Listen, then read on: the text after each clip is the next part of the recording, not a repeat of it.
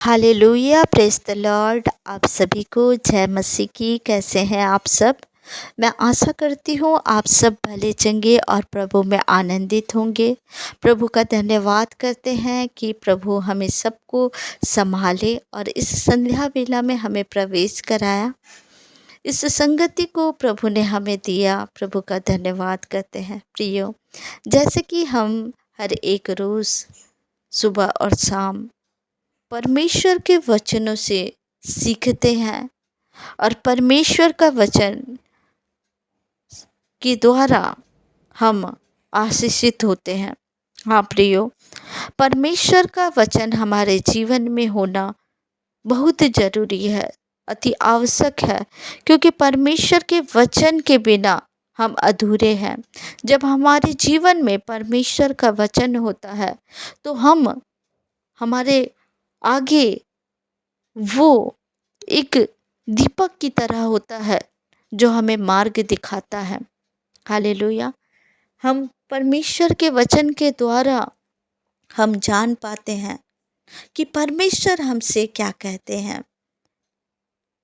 आइए प्रियो, हम वचन के लिए छोटी सी दुआ करें और आज फिर हम परमेश्वर के वचन से बहुत कुछ सीखें और हम आशीषित हो।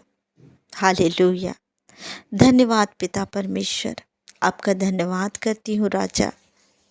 पिता परमेश्वर, आपका धन्यवाद धन्यवाद और धन्यवाद करती हूँ। आपकी स्तुति करती हूँ, आपकी महिमा करती हूँ, आपकी बढ़ाई करती हूँ, आपका जय जयकार करती हूँ राजा। Hallelujah hallelujah. ओ राबा शंदा करी बोरो हो बोरी बाराबा। आपका धन्यवाद करती हूँ पिता। वचन बोलने में सहायता मदद करे पिता। वचन बोलने वाली मैं नहीं पिता, आपका आत्मा मेरे मुख के द्वारा बोले पिता परमेश्वर।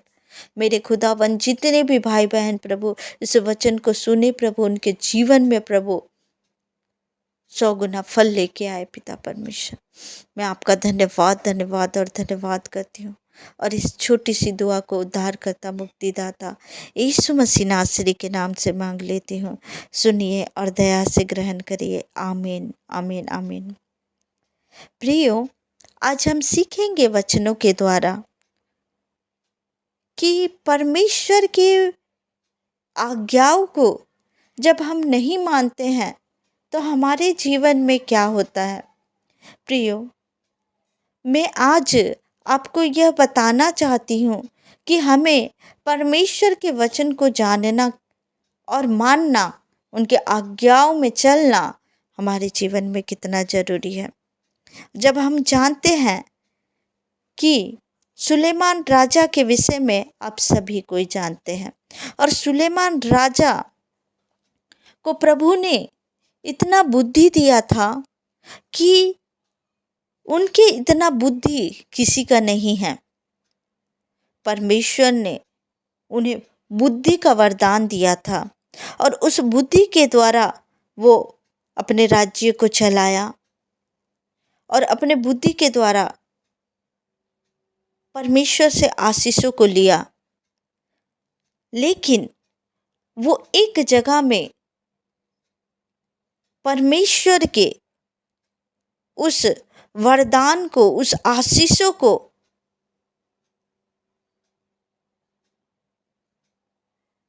अपने ही गलतियों के द्वारा खत्म कर दिया। लेकिन परमेश्वर दयालु परमेश्वर है। परमेश्वर ने कहा था उसके खिलाफ सुलेमान राजा ने कार्य किया और सुलेमान राजा का पतन हुआ। प्रियो, जब हम पढ़ते हैं पहला राजा 11 अध्याय का हम 6 आयत, 9 आयत और 10 आयत को हम पढ़ते हैं। लिखा है, इस प्रकार सुलेमान ने वह किया जो यहोवा की दृष्टि में बुरा है और यहोवा के पीछे अपने पिता दाऊद के समान पूरी रीति से ना चला। तब यहोवा ने सुलेमान पर क्रोध किया, क्योंकि उसका मन इज़राइलियों के परमेश्वर यहोवा से फिर गया था, जिसने 2 बार उसको दर्शन दिया था, और उसने इसी बात के विषय में आज्ञा दी थी कि पराए देवताओं के पीछे ना हो लेना। तो भी उसने यहोवा की आज्ञा ना मानी। इस जगह में जब हम पढ़ते हैं, हम देखते हैं कि सुलेमान राजा इतने बुद्धिमान होने के बावजूद भी परमेश्वर की आज्ञा को नहीं माना, पर वो परमेश्वर को छोड़ पराए देवता के पीछे गया। परमेश्वर ने जिस जगह में मना किया था कि जिन स्त्रियों के साथ तुम मैरिज ना करना, जिन स्त्रियों के साथ तुम ना लड़का देना ना लड़की देना, लेकिन वैसे लोगों के बीच सुलेमान राजा गया और वही स्त्रियां मोआबी, अमोनी, एदोमी, सीदोनी, हित्ती, ऐसे स्त्रियों के संग वो वहाँ गया और उन स्त्रियों के साथ वो रहा। वो उन स्त्रियों को मैरिज किया और परमेश्वर के विरुद्ध वो कार्य किया, जिनसे परमेश्वर मना किए थे कि उनसे तुम ना स्त्री लेना ना पुरुष उस जगह से तुम किसी का मैरिज कराना, ना स्त्री देना और ना ही उस जगह से मैरिज कराना।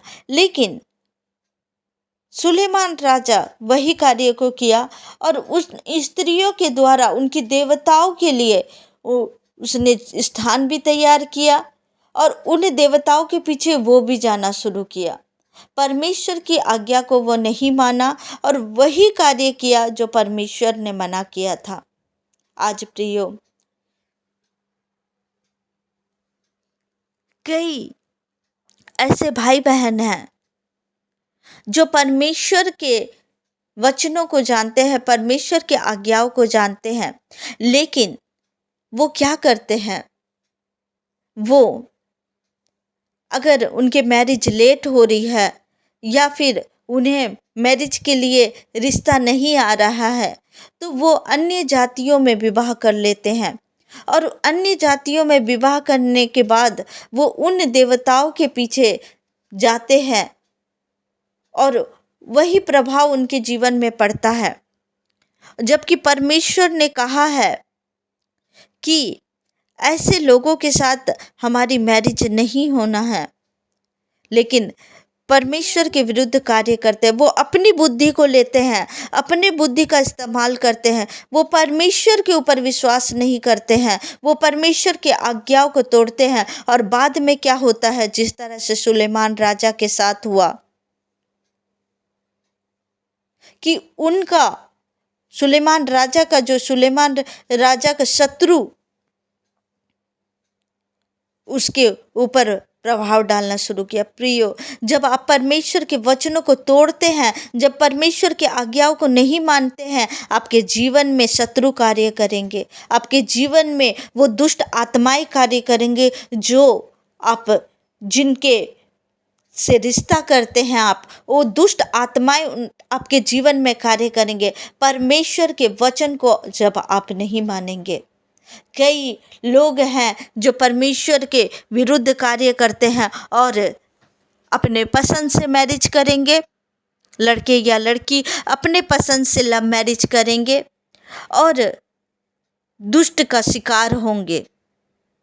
या फिर ऐसे माँ बाप रहते हैं कि उनके बेटे या बेटी के लिए रिश्ता नहीं आता है तो परमेश्वर के विरुद्ध जाकर वो अपने बच्चों का मैरिज करा देते हैं।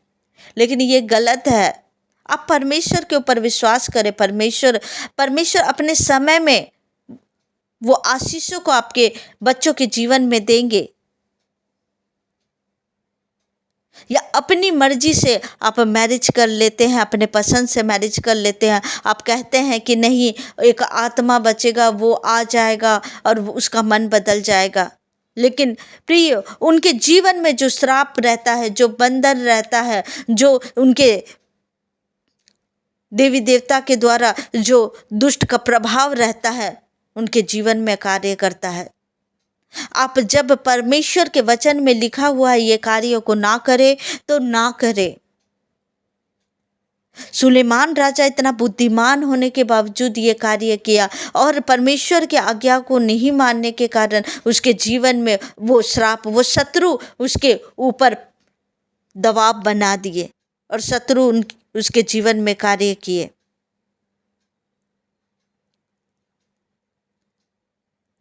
तो परमेश्वर के वचन को आपको मानना है।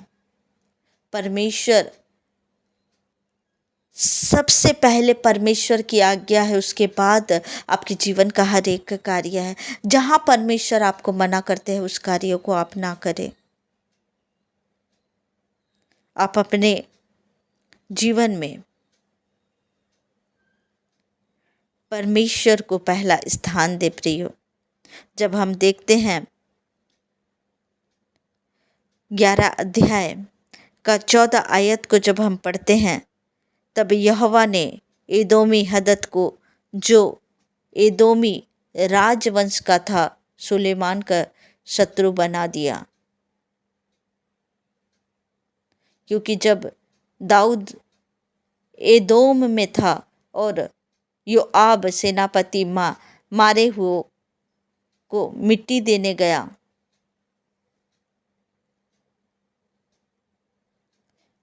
आप देखते हैं कि इस जगह में योआब तो समस्त इज़राइलियों समेत वहाँ 6 महीने रहा, तब तक कि उसमें एदोम के सब पुरुषों का नाश ना कर दिया।